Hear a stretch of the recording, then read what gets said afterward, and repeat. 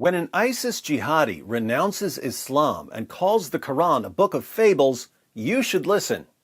Robert Cerantonio was born in Australia in 1985. His family was nominally Catholic, but Cerantonio converted to Islam when he was 17 years old. He changed his name to Musa and became the president of the Islamic Society at Victoria University. Naturally, he was soon being paraded around the world for being a Western convert to Islam. And subhanAllah, he had a massive library of books, and I began to read through one which was about the miracles of the Quran. And as soon as I had started reading this, I was glued. I could not stop reading it. And by the time I had finished, what I knew about Islam was the halal, the haram, this and that, the stories of the prophets. But reading about this was showing, Allah is saying, this book that I have could be from nobody but Allah. And as soon as I had finished reading it, Alhamdulillah, I said, Ashhadu an la ilaha illallah wa ashhadu anna Muhammadar Rasulullah. When someone's disobedient to Allah, for example, they're not eating halal food, or maybe they're not even praying or they're sinning, could this be one of the reasons why their du'as might not be accepted? Cerantonio is one of those guys who learns languages quickly, so he became popular as a translator. He was hired to present shows for the Iqra TV network, but he was eventually fired for being too radical. I wonder where he got his radical ideas. One of life's great mysteries. At the time of his arrest for an ISIS plot to travel to the southern Philippines, overthrow the provincial government, and establish Sharia, Cerantonio was one of the most influential jihadi preachers in the world. Now he's an atheist, and it doesn't look like he's putting on a show because he's convincing other Muslims to leave Islam by exposing errors in the Koran in prison.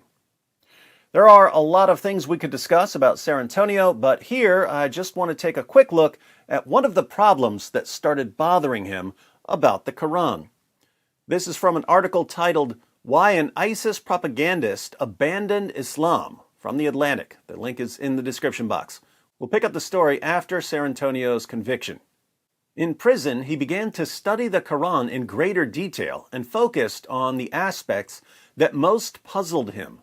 Among these was the figure called Dhul Qarnayn, the two-horned one, who appears in the Quran's 18th chapter and is believed by many to refer to Alexander the Great.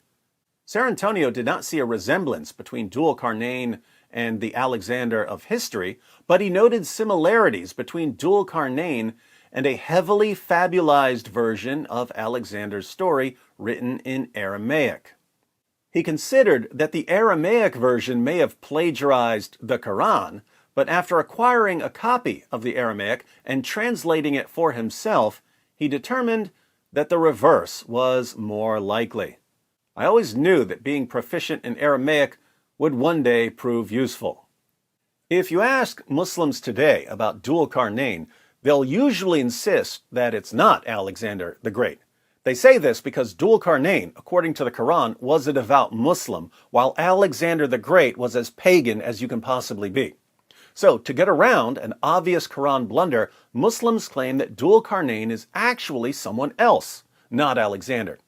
But this response only works if you're not at all familiar with the legends about Alexander that were circulating in the Middle East during the 7th century.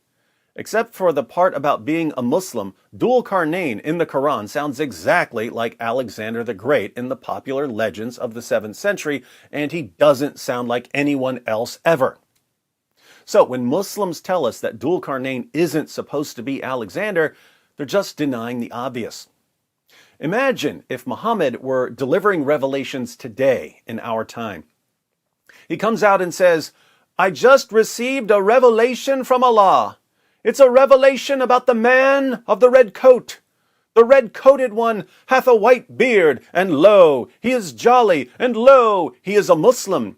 He saith unto the elves that maketh the toys, Behold, Christmas is nigh. Finish the toys so I can climb into my sleigh and deliver them to the children around the world. I know if they've been naughty or nice. Bring me Rudolph, ho, ho, ho."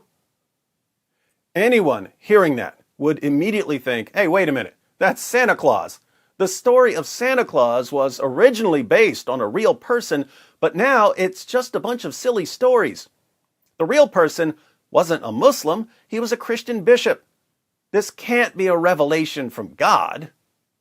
But as soon as you point out the mistake, the response from Muhammad's followers would be, no, the revelation isn't about Santa Claus, it's about someone else. Okay, who? Who's it about then? Who else fits that description? Same thing with Dhul Qarnayn. Realizing that Dhul Qarnayn was not at all a real person, but was rather based on a fictional account of Alexander the Great, instantly left me with only one possible conclusion. The Quran was not divinely inspired, he wrote. It had taken Alexander the Great fan fiction as fact. Of course, I would have preferred to discover all that 17 years ago and avoided much trouble. He has therefore abandoned not only ISIS, but Islam and religion as a whole. He is an atheist and admires the God Delusion author Richard Dawkins.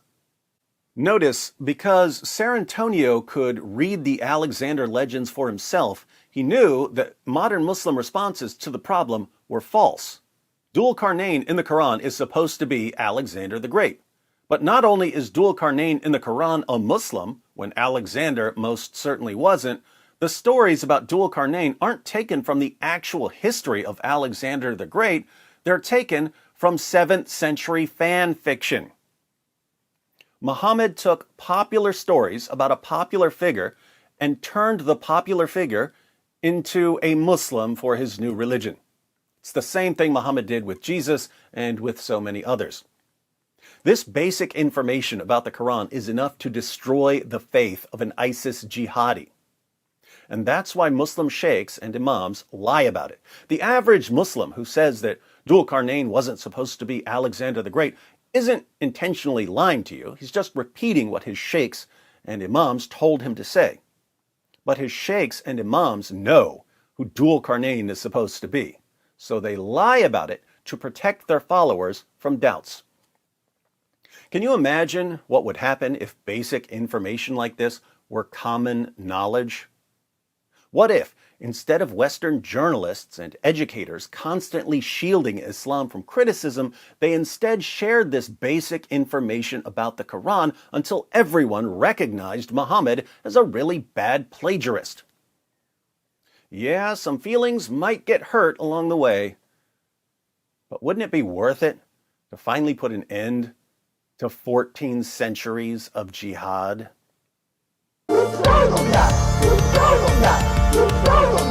It just backfired on you. It just backfired on you. This is a part of a religion. There's a reason to it. Yeah?